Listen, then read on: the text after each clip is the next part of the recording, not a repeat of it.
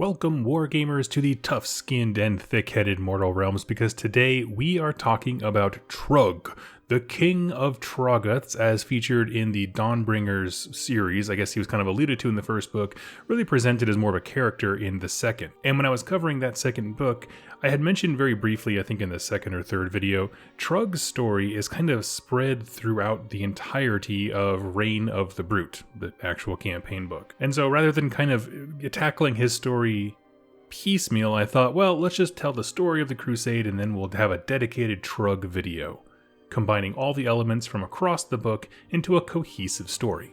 Now, at the time of recording, I don't know what the future of Trugg's lore is going to be. He was beaten pretty bad at the end of Reign of the Brute by the Actually Fire Crusade, but that doesn't mean he has struck down by any stretch. And today, we're going to talk about the origins, the mystery behind Trugg, what makes him so powerful, what is the source of the weird arcane technology on his back, all of that stuff. And one thing I'd like to add right up top, if you're interested in Trugg, Gloomspite Gitz, or anything Age of Sigmar, please consider using the affiliate link in the description down below. Noble Knight Games is a great store here in the US with discounts on all Games Workshop products, a huge selection of hobby supplies and kits, and every time you use that link, big or small, it goes directly to supporting me, my wife, our cats, everything. It's life-changing stuff and I cannot thank you enough. Also, just a shout out, Goonhammer, I'm part of their media team.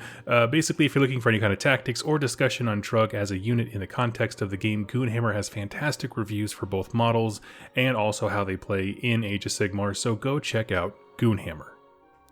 Now, in trying to find the basics about Trugg, the creature that we know as Trugg, it's a little bit difficult because it's kind of impossible to know how old he is. These aren't like trees where you can cut them open and see how many rings there are. Troggoths age at a very glacial pace, to the point where there's there's tales from the age of myth from all across the realms of these giant colossal Troggoths that can level cities or mountains, just kind of meandering around, cutting across Gur and really anywhere they want to go. They are known to sleep for centuries at a time, so you're thinking an intense hibernative state. So what was a myth one day falls into legend and is forgotten, and all of a sudden that Troggoth who was very real the whole time just stands up. And no one knows they're there because over centuries they'll get covered in dirt or moss will grow on top of them. They'll basically be consumed by nature until they are ready to awake. Now we have no idea or way of knowing if the Troggoths spotted in these ancient accounts are Trugg. There's absolutely no way to tell, but what it does enlighten us to is the fact that there could be more of them, which is also a cool idea. So with that being said about the nature of Troggoths, I'm assuming they have some kind of indeterminate growth, which is just the longer you live, the bigger you get, and that's just the way it is. But now we can start to focus a bit more on what we do know about this particular Troggoth, Trugg. He is a heavy sleeper even by the Troggoth standards that we mentioned before. He slept for centuries. In fact, he was so dead asleep that in his dark cave underneath the forests of Ghyran, he didn't even notice a city being built above him. He must have gone to sleep sometime in the Age of Myth because the city that was built above him was Androsia, a super city of Ghyran during the Age of Myth. This is one of their major hubs of civilization when everything was thumbs up, chaos hadn't entered the realms yet, and things were banging. Right, that's why I call it a super city. It's a megalopolis. Which makes me think he must have been buried pretty far down into some deep cave or cavern, maybe within a mountain. There are not a ton of records that survive from that time, but it is one of the few times where we get the first account of Trugg the Troggoth. But it's funny because it doesn't really involve him, and here's what I mean. The first recorded encounter is basically a team of excavators for the city who were just kind of mapping out the subterranean levels.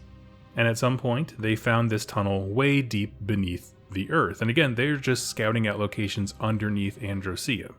They didn't even see Trugg. He was covered in dust and dirt and moss, but they noted his location, which is exactly why it's the only record of him. And not only is he covered in dust and dirt and stuff like that, also Troggoth's skin is it feels rocky, so they just thought it was a pile of rocks. And this team, this excavation team or encounter team, whatever it was, they think it's the perfect place to set up a pylon in their arcane defense network. Now, that's a lot to unpack here, but we get a little bit of history about the city. In the Age of Myth, in Ghyran, the legions of Nurgle were descending upon this place, and the city's arcanists and wizards and sorcerers got together and came up with a plan. Create a series of pylons, like surrounding every inch of the city, both underground, above it, everything. Have them all tap into the latent ley line power of the realms and use it as a defense grid. So, for example, when the forest overgrows, the network will then channel the power of Akshi, burn the forest back, and then it'll flip back to neutral. If they need to basically purify nature from the forces of Nurgle that are encroaching on the city, they'll flip it to Ghyran and it purifies all the Nurgle stuff. If you need to be hidden, channel Ulgu, and it shrouds the entire city in darkness, which is a really cool idea.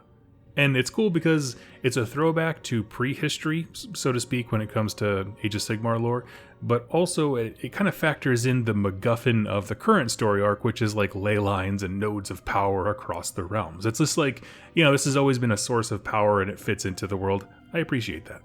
Well, this team comes into Trugg's cave. They see the perfect little perch to put their pylon on, dig it into this guy's back, and that's where our story kind of pauses for the moment. As for Androsia, Nurgle invades. This defense network, whatever it is, utterly fails, and chaos annihilates the city. And it seems as though all but one of these pylons was destroyed. And it's through this apocalyptic madness that Trugg slept through the age of chaos. But that pylon on his back, the one planted by that original team, it never stopped. It just kind of went haywire once it wasn't connected. It kept spinning and spinning, and every once in a while it would spew magic from the realms all over Trugg. Again, it's pinned to his back, he's just dead asleep, and this thing is just hacking up realm magic directly onto him. And this kind of comes to why Trugg looks so different, and possibly why he's so big. Ghyran magic mutated him. It made him bigger, more robust, it gave him those cool antlers that he has, which just make him the coolest looking Troggoth in my opinion. Whenever this thing channels Akshi, he will become wreathed in flames that he is immune to because of the power of the magic in him. And this is incredible because we have whole books and story arcs about characters trying desperately to channel the raw power of the realms. Meanwhile, this dude's been steeping in it like tea for centuries just sleeping. And I think that is fantastic. But there's one thing to note here is that the thing was put on his back without him knowing about it. He doesn't show a ton of awareness that it's even there, and he certainly has no mental capacity to control the effects around him. And Trugg sits like that for another roughly 500 years. That's the Age of Chaos, plus whatever time there was in the Age of Sigmar as society was rebuilding itself and they were trying to come back into the realms. And so the question then becomes, well, what woke him up? And we got this little tidbit. It's kind of a tidbit. It was kind of a loose background story in the first book of the Dawnbringer stories called Harbingers. There's a grot by the name of Braggett Big Talka, widely regarded as the most annoying of the rabble rouses, which is quite an honorific in a faction full of the Moon Clan grots where everyone just seems very obnoxious. To be the most annoying, you wear that badge with honor. And at some point in his travels, Braggett finds this particular cave, and it seems he was just meandering, looking for trouble in Ghyran, and he finds this colossal monster, right, with this weird thing in his back. He's staring at it, and he's like, well, I know the devastation that a normal Troggoth can cause. This dude is something else. And so he kind of sets up this plan for how am I going to wake this Troggoth up. Like, I've seen what he can do. I've seen what others like him can do. I want to see this kind of destruction. I want to see it with my own eyes. That kind of spiteful, fun energy that Gitz have. He's like, how am I going to wake this guy up? Now, what Braggett couldn't have known at that point was that half the work was already done for him. When Alariel did the Rite of Life that erupted and made the new era of the beast happen, it woke Kragnos up, all that kind of stuff. Well, when that went off, this pylon that was channeling Ghyran magic kind of went haywire. Started spinning, spewing out tons of magic. It woke him up enough to where he kind of sat up a little bit and he actually broke it against the castle wall, which is why it's a broken-looking pylon or arcane machinery on his back. But that only made it go more ballistic and just made things worse. And more importantly, it kind of left him in this weird half-awake, half-dozed state so that when Braggett comes up and starts doing his full open mic night, carrot top routine level of annoying with clanging bangs. He's got bat squigs going around squealing at a devastating pitch. It's just too much, and slowly Trugg wakes up, which is smartly when Braggot decides it's time to leave. Trugg busts out of his cave, looking around for the grot who dared to wake him up, and he starts following Braggot pretty much everywhere he goes, specifically through a realm gate to Akshi, which is where his story picks up in the Dawnbringer series, and I'll leave a link to that series in the description down below. But there's something else important to note about Trugg after he is woken up, once we start seeing a story from his perspective, is that he is actually quite messed up from all of this mutation and all of this annoyance, all the stuff with the realm gate. It's just really messing with him. First off, he has splitting headaches, just the absolute worst. Most of the damage that he does in these stories is him just trying to find some level of relief from a raging headache, which is kind of a bummer, right? I want you to have fun destroying everything. Don't be dour. From his perspective, meaning like literally from his eyes, he sees all of these impossibly bright lights all around him, and all of them feel like nails in the skull. If you've ever had a migraine and you try looking at like headlights or something when you're driving, oh, it's awful. It's that same feeling. Well, it turns out that what he is actually seeing are the ley lines of the realms.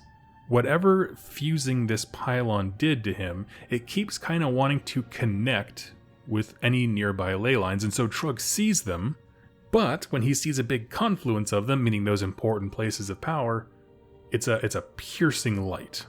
And so it isn't that Trugg has some long backstory over hating a specific species or answering the feral call of Gorka Morga or anything like that. Chaboy has a killer headache and is marching towards whatever the next nearest bright thing is to snuff it out so that he can go back to sleep, which is a motivation that I deeply understand.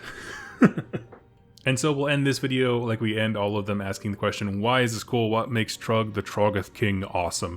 For me personally, I like the ley line thing. I think that's very clever. He always has a reason to be places, either the destination or along the way. And it's just from a narrative perspective, I love having reasons for why my army would be at X place fighting another army. Well, Trugg going place to place and knocking out lights that he sees is just as good fodder for anything. He can consistently show up as a threat in these books because the whole story right now is that we want to build cities on those sites, which is wonderful.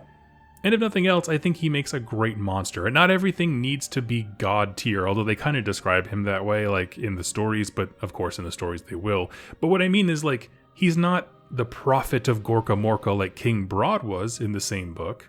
You know King Broad, the bearer of brain cells for the sons of Behemoth, It's so much. It's very grandiose, over the top. You're bringing the gods into stuff.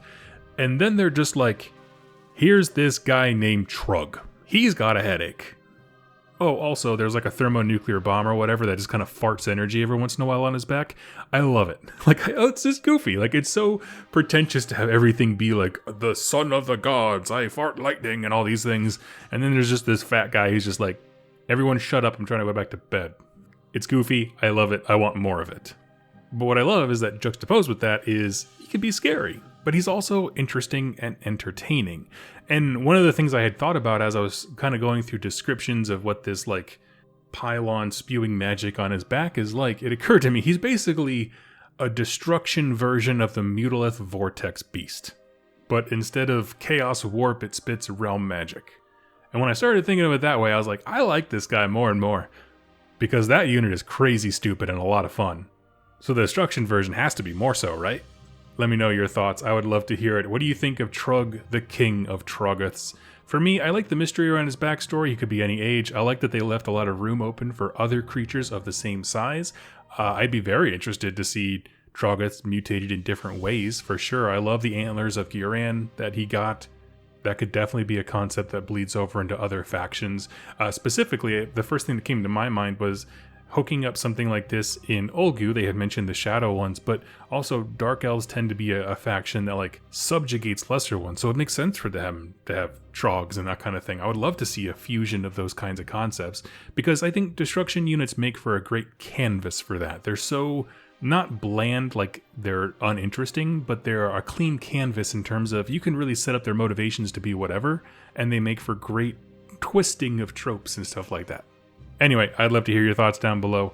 Thank you so much for watching and listening, and I'll catch you next time. Happy wargaming.